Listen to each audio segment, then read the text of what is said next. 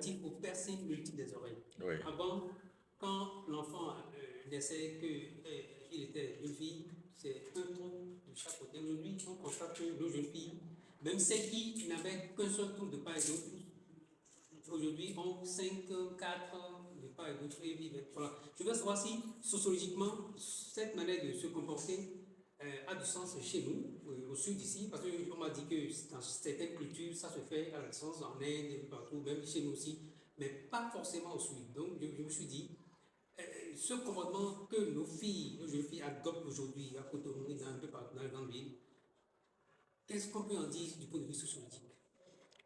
Si vous me parlez de la sociologie, je vous dirais tout simplement que c'est de copier-coller. Nous aimons apprécier ce qui vient d'ailleurs.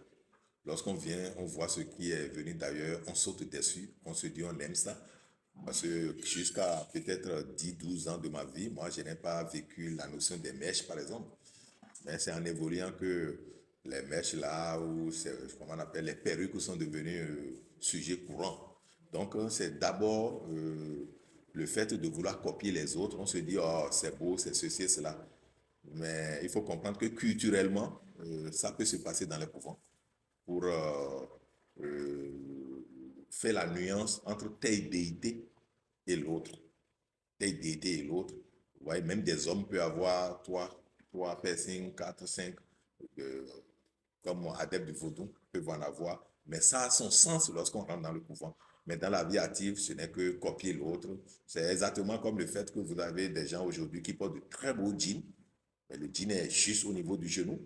Et on a un caleçon sale qui est en haut. Vous voyez, on a copié ça d'où? On a copié ça c'est quand même des prisonniers américains qui avaient fait ça. Et maintenant, nos gars ont adopté ça. Donc, c'est la mode, au fait. Donc, c'est la mode.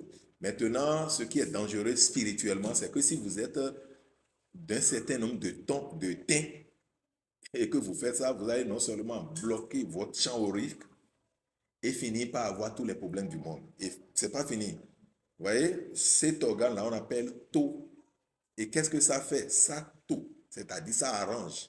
Tout ce que tu entends, tu dois donner un ordre à ça pour pouvoir permettre de sélectionner ce que tu dois garder, ce que tu dois pas garder.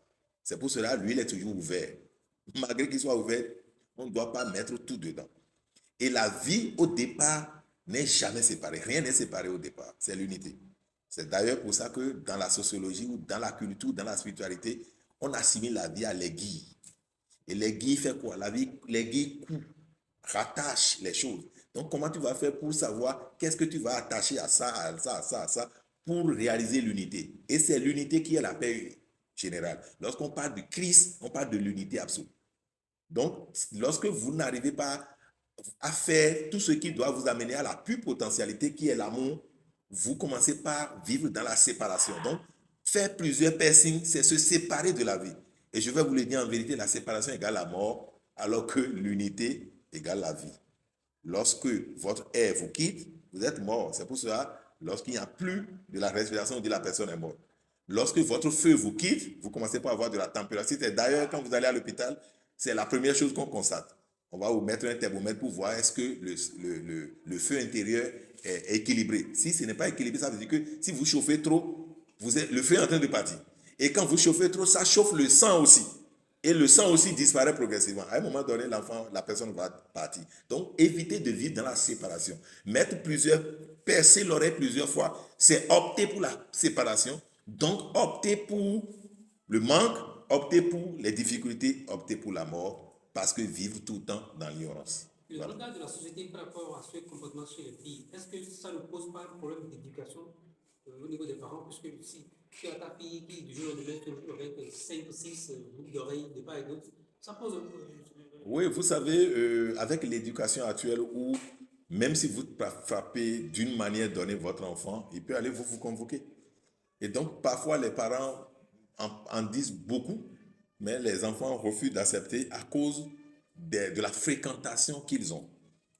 Et donc, à ce niveau-là, vous ne pouvez plus rien. Vous êtes obligé de laisser votre enfant faire ce qu'il veut. Si vous n'avez pas établi un début d'autorité ou un début d'éducation donnée qui peut lui faire dire attention, si je fais ça, c'est pas bien.